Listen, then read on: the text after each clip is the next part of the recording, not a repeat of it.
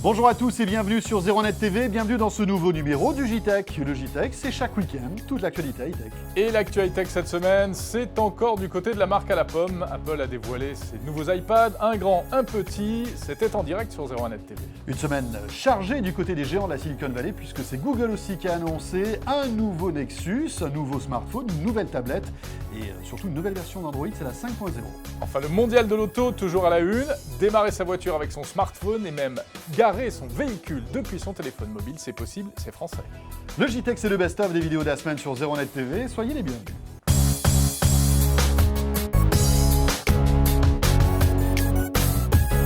L'iPad Air 2 est plus fin, quand on le prend en main, on n'a pas l'effet waouh qu'on avait eu avec le premier iPad Air, mais on sent effectivement qu'il est plus fin, pas forcément fragile, pas forcément beaucoup plus léger non plus, mais en tout cas il y a un petit confort de prise en main qui devrait s'installer avec le temps. En termes de puissance, en revanche, même si on n'a évidemment pas fait de test, on a pu voir quelques démos, notamment avec des applications d'édition vidéo ou des jeux vidéo qui montrent qu'il y a quand même un petit quelque chose en plus. On est un petit peu laissé sur notre faim après cette keynote, mais ces produits évidemment mériteront d'être testés. L'iPad Air 2 ultra fin, plus fin qu'un crayon, sachant que le premier iPad était aussi fin qu'un crayon. Il fait 6,1 mm d'épaisseur. Attention, un crayon à papier. Hein. Oui, prouesse technique très mise en avant par Apple, donc le design avant tout. Les nouveautés, eh bien, c'est d'abord l'apparition du lecteur d'empreintes digitales Touch ID. On l'avait prévu. Une caméra en façade améliorée. Un nouveau processeur, en tout cas la version boostée du processeur qu'on retrouve déjà dans l'iPhone 6 et l'iPhone 6 Plus et l'A8X. Ouais. Les prix, alors écoutez, on reste toujours dans les standards de chez Apple. Hein. L'iPad nouvelle génération commence à 499 $. On peut imaginer qu'il sera à 499 €, peut-être même plus, avec la fameuse taxe, vous savez, sur la copie privée. Donc 499 $ pour 16 Go Wi-Fi. Hein. Et ça montera avec la 3G jusqu'à même la 4G, 829 $. Voilà. L'iPad mini. Juste une chose, il sera en 3 couleurs. Hein, donc comme avec la même déclinaison des couleurs que l'iPhone 6 et l'iPhone 6 Plus, or gris sidéral et gris plus clair. L'iPad mini, nouveau du genre, s'appellera donc l'iPad mini 3. Et ce sera vraiment un clone de l'iPad Air 2, mais en plus petit, avec le Touch ID également. L'écran ne change pas, ça sera toujours un écran Retina comme le précédent iPad. Et ce qu'il faut retenir, c'est qu'en revanche, pas de traces d'iPad XXL. Pas de MacBook Air Retina, ça c'est un peu la grosse déception. C'est la déception. On l'attendait, ce MacBook Air Retina, il n'est pas là. Voilà, mais on a quand même un très bel iMac, donc ordinateur de bureau 27 pouces avec un écran Retina, Retina 5K avec une résolution de 5120 par 2880, 14,7 millions de pixels nous annonce Apple. Plus fin. Toujours aussi fin, 5 mm. À l'extrémité, et qu'il consommera 30% d'énergie en moins. C'est plutôt une bonne nouvelle. Son prix, là en revanche, il est comment dirais-je, on le sent passer, 2500 $, 2499 $ pour cet iMac 27 pouces avec écran Retina. Mais il y a un nouveau Mac mini, vous savez, cette petite boîte là qui, elle sera moins chère. Et puis, on le disait, pas de MacBook Air Retina et pas de nouvelle Apple TV. On aurait pu imaginer que Apple mette à jour son Apple TV, qui n'est plus un hobby pour Apple depuis quelques années. Eh bien non, il faudra attendre une nouvelle keynote. Qu'est-ce qu'on peut, Christopher Simili, la rédaction du Labo 01net, qu'est-ce qu'on peut retirer de toutes ces annonces ? Alors, ce qui est intéressant, c'est qu'on n'a pas du tout parlé d'iPod aussi. On les oublie, mais pas d'iPod, du tout parlé en effet. d'iPod. Pas de nouvel iPod Touch. Apple a arrêté l'iPod classique il y a quelques semaines, mais donc pas de nouvel iPod.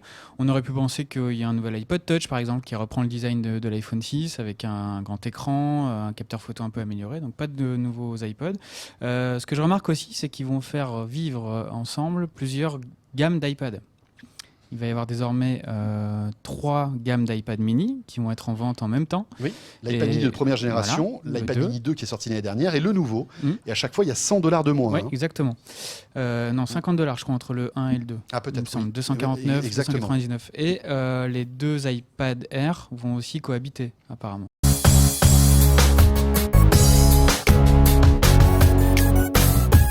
Nexus 6, c'est un smartphone avec un écran de 6 pouces, assez puissant. Hein, voilà, techniquement, on est dans les standards des smartphones haut de gamme, du Snapdragon, etc.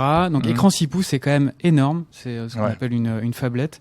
Il fait quand même 1 cm d'épaisseur. C'est plus grand que le Galaxy Note. Hein. Et plus grand que l'iPhone 6 Plus aussi, si certains l'ont déjà vu. Et donc, écran 6 pouces, un peu épais, 1 cm d'épaisseur. Hein. Aujourd'hui, un iPhone, ça fait 7 mm. Tout comme la Moto 360 d'ailleurs, qui est un peu épaisse. Qui est un peu épaisse, c'est vrai. Et voilà, c'est donc pour que les deux aillent ensemble. C'est le smartphone. Ça. Le smartphone, écran 6 pouces et une tablette. Et un super écran Quad HD. Écran Quad HD, exactement, voilà, très important. Voilà, donc c'est le même écran que le G3. Exactement, donc on peut imaginer qu'on va avoir en plus sur un écran de 6 pouces une surface d'affichage exceptionnelle. Exactement. Donc beau téléphone, hein, voilà. Mais alors ce qui est étonnant, c'est le prix. Un peu cher, Parce que c'est vrai que la particularité des Nexus, depuis l'existence des Nexus, c'est le rapport qualité-prix qui est excellent. Là, c'est plus le cas, visiblement. Hein. Qu'est-ce qui se passe Un peu plus de 600 €, on a un peu de mal à comprendre. Hein, parce que techniquement, bon, il est au niveau de ce qui se fait dans le haut de gamme, ok. Mais 600 €, d'autant que les anciens Nexus, il faut le rappeler, étaient quand même largement, comment on appelle ça, subventionnés par Google. Google subventionnait ses téléphones pour qu'ils se vendent un peu mieux. Là, 650 €, c'est cher. Il aura une particularité apparemment qui est prometteuse, c'est un système de recharge turbo. C'est ça. Qui permettra de le recharger. On pourra récupérer 6 heures de batterie en à peine 15 minutes. C'est ça. Donc on fait le lien, on parlait des produits Motorola. Il me semble que ce Moto X a aussi cette techno.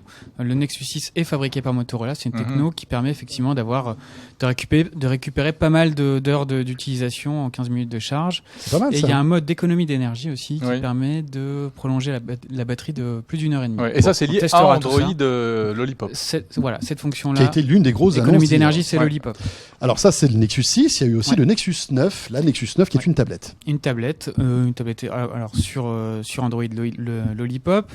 Un écran de 8,9 pouces, pareil, une grosse configuration avec un processeur Tegra d'NVIDIA. Bon, franchement, là, comme ça, de l'extérieur, elle a rien d'exceptionnel. C'est une tablette, c'est une bonne tablette sous Android, avec une grosse définition d'écran quand même, il faut le dire, au niveau d'un iPad Retina. Donc, on se rend compte que la bataille maintenant aujourd'hui c'est sur la définition des écrans. Hein. Voilà, on est sur du Quad HD, du Super Retina, taille, etc. Il n'avait pas de tablette de cette taille encore chez Google. Non. C'est vraiment la même stratégie un peu que Samsung. C'est vraiment d'adresser toutes les cibles en proposant toutes les tailles d'écran finalement. Parce que là c'est 2 tailles d'écran qu'on n'avait pas. 6 pouces et 9 pouces. Et il me semble qu'il y avait quand même une Nexus 10. Hein.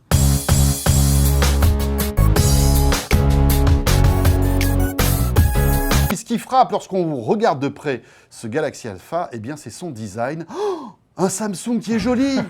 Non mais c'est vrai. Et oui, il est bling bling comme il faut. Regardez ce mélange entre du métal avec le pourtour en aluminium et puis toujours quand même la petite spécificité Samsung, la coque arrière souple en polyuréthane. Voilà, donc solide, mais qui fait un peu luxe, très léger, avec quand même des faux semblants d'iPhone. Hein. Il ne faut pas se voiler la face. Regardez un petit peu, sur le côté, on a parfois l'impression d'avoir les bords d'un iPhone. C'est quand même assez impressionnant. Mais pas l'iPhone 5. Voilà, alors pas l'iPhone 6, l'iPhone 5 en effet. Alors, il existe en 2 coloris, Gold et Silver, c'est-à-dire or et argent. Alors moi, c'est la version Gold. Je suis prêt, je pars à Dubaï. C'est ce qui te va le mieux. C'est vrai, mais je sais, l'or me va très bien. Hyper léger. Oui. Et ultra fin. Avec un écran de 4,7 pouces. Tiens, comme par hasard, c'est la même diagonale d'écran que l'iPhone 6. Mais c'est un très bon ratio. Très bien. Avec une définition de 720p, on en parlera tout à l'heure, c'est pas forcément un bon choix. Et l'important, c'est ce qu'il y a dans la boîte. C'est comme les raviolis. Oui, Et là, on trouve un processeur octo-cœur. Oui, les entrailles de ce Galaxy Alpha. Donc, un processeur très puissant de la part de Samsung, plus puissant que le Galaxy S5 d'ailleurs. Il est 4G+. Voilà, on voit maintenant apparaître la nouvelle génération de ces smartphones qui sont compatibles avec la nouvelle version de la 4G qui va très très vite, jusqu'à 300 mégabits seconde.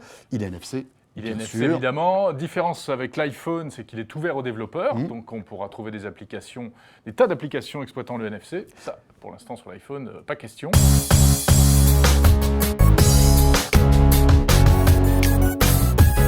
C'est Park4You. C'est un système cette fois-ci donc de voiture autonome, on va le dire. Mais toujours avec le smartphone. Toujours avec le smartphone. Je sors de mon véhicule, je rentre dans le restaurant et je dis à ma voiture, j'ai pas envie de m'embêter à aller me garer, donc vas-y pour moi. Débrouille-toi. Et donc effectivement, alors ça implique pour ça que le parking soit connecté, qu'il indique au véhicule quelles sont les places disponibles, à quel niveau, mais c'est déjà le cas dans beaucoup de parkings. Quand on passe les barrières où on voit place 3, niveau 3, tant de places disponibles, bon, voilà, c'est ce genre de technologies qui seront utilisées pour communiquer avec le véhicule. Et ensuite, la voiture, elle s'approchera. Les radars du véhicule scanneront autour toutes les places et dès qu'il y en aura une de dispo, hop, manœuvre, elle se gare, on fait un resto ou une réunion. Et concrètement, il faut qu'on laisse la voiture où, nous le conducteur, il faut qu'il à la laisse l'entrée du parking, normalement. D'accord. Parce que, alors ça, c'est une techno qui fait un peu rêver, que Valeo a dans ses cartons, enfin ça fonctionne, Oui. le démonstrateur le prouve, Odile là aussi, se pose juste la question de, en cas d'accident, qui est fautif, responsable. Qui est responsable. Ouais. Donc c'est pour ça que le cadre légal encore n'autorise pas le déploiement de ces applications, mais qui visiblement, si on croit les démos, ça fonctionne. David, on parle des parkings qui devront être équipés en conséquence, etc. Mais on s'aperçoit aussi que de plus en plus, il y a ce type de solution qui essaye de s'affranchir justement des infrastructures au sol, parce qu'on ne pourra pas équiper tous les Pour parkings, avoir des toutes les lecteurs rues, de etc. plaques ou ce genre de choses. Donc du coup, voilà, c'est ça, c'est que la voiture devient quand même elle-même de plus en plus capable de reconnaître les endroits, de suivre une ligne continue au sol, etc. Oui, mais enfin, je pense quand même qu'il y aura forcément, il y a des tests qui sont en cours sur les infrastructures connectées, les voitures qui communiquent avec les feux rouges pour dire au conducteur finalement n'accélère pas, le feu est au rouge, ça va passer au vert dans 5 secondes. Voilà. Donc je pense quand même que ça passera par des systèmes d'infrastructure. Après, oui, j'imagine que les constructeurs travaillent aussi sur la lecture des panneaux, mais la voiture, il faudra qu'elle soit connectée. C'est un peu deux logiques qui s'affrontent. Il faudra que la voiture soit connectée parce qu'elle va arriver à un parking. Il y aura une barrière. Il faudra quand même qu'elle demande à cette barrière de se lever pour pouvoir accéder au parking. Donc il y aura quand même quelques contraintes qui exigeront qu'il faudra qu'il y ait de la connexion.